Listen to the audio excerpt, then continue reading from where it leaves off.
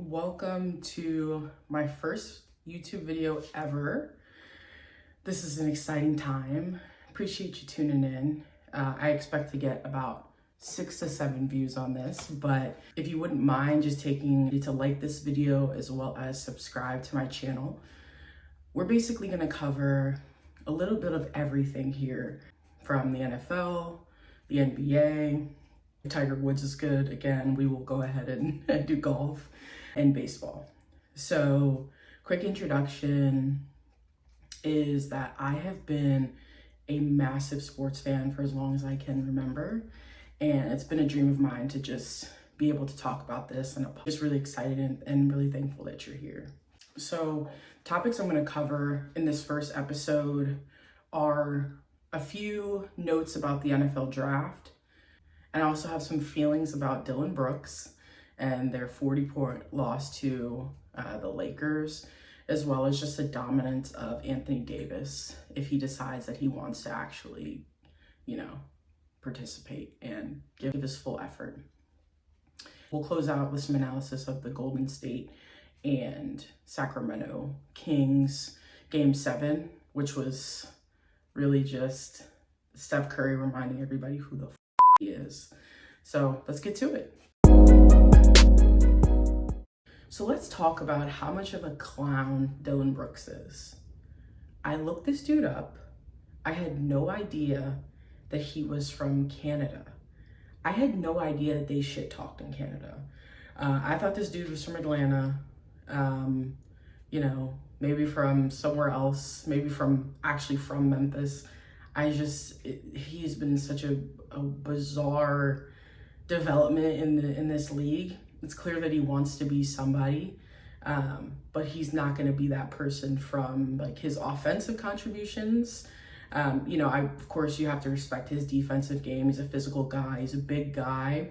But I think it's one thing to come out and talk shit about potentially the greatest player of all time and say that you poke bears. But then when it comes time to, talking with the media after you get ejected or have your second loss, like that's just clown shit. It really is. Dillion Brooks does not have my respect. I don't think there's really a ton of fans that like him. He just kind of comes off like corny and like he's just trying too damn hard. Somebody like Dillion Brooks and let's say Draymond or any of those other guys like who talked a lot of shit but could back it up with defense, they'll always show up. Draymond gets ejected, he's probably on his podcast the next day. And so that's what makes those guys respectable. To also come out 0 for 6 in the game, you say the game after, you say you don't respect anybody unless they give you 40, is an absolute joke. And then also the next game, you continue to chuck 3-pointers up and you're not even hitting the rim. Like, it's just comical, dude. You at least need to come out and try to show something offensively, maybe put up 40 yourself. But right now it's just clown shit. After 2 of 3 like major whiffs at the quarterback position, there's going to be a lot of folks who are questioning why Chris Ballard still has a job. And what I think is interesting about that is if you are unsure why he has remained the GM of the Indianapolis Colts, then look no further to last weekend and the draft class that he put together. Ballard has undoubtedly put together probably the best team in the entire draft this year. No, you don't win the Super Bowl with the draft, but this is how he maintains his credibility as well as the favor of probably one of the league's most outspoken owners in Jim Irsay.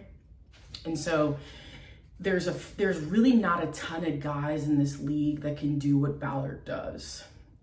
And so all of the respect in the world to him and what he has put forth. I think Anthony Richardson is by far the highest ceiling quarterback in this draft. If he hits, he is going to be a top 5 quarterback.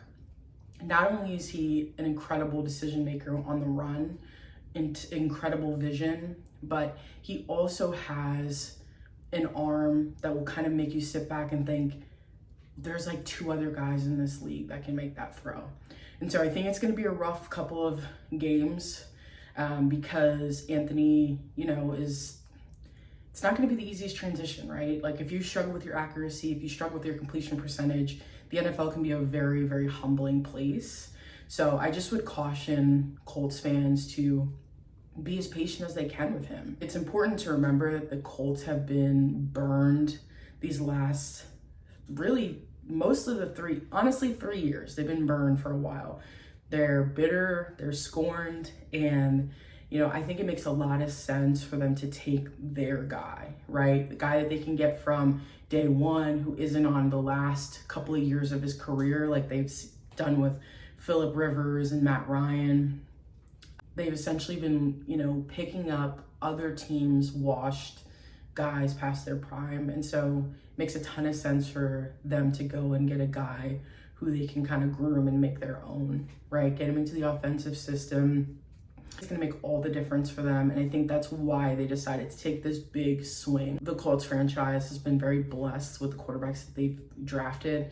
And I really think Anthony Richardson is going to be no different. I think on the more analytical side of this, we've got to talk about Anthony Davis. Anthony Davis can be the best player on the planet by a long shot if he were to just get his motor right. The guy's just going to decide some days to show up, some days not. I think Lakers fans are probably appreciative he's decided to show up in the playoffs, because I think that the West isn't originally as stronger as we thought after the regular season. Anthony can do things that other players on the planet cannot. He is so gifted. He is so long. He's so productive on both the offensive and the defensive end.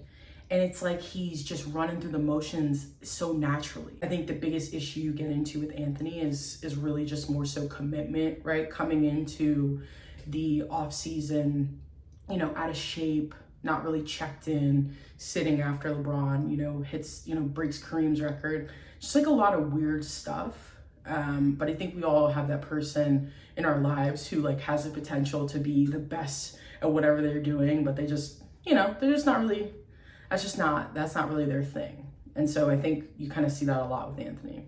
I have said this on some unreleased TikToks that Anthony Davis is the key. He is the X factor. He is the thing that can take the Lakers directly to a championship if he shows up and if he's healthy. I'm shocked by this Golden State Sacramento Game 7, or really just the series in general. I thought that by the way that Sacramento came out, they completely dominated the Warriors for the first 2 games.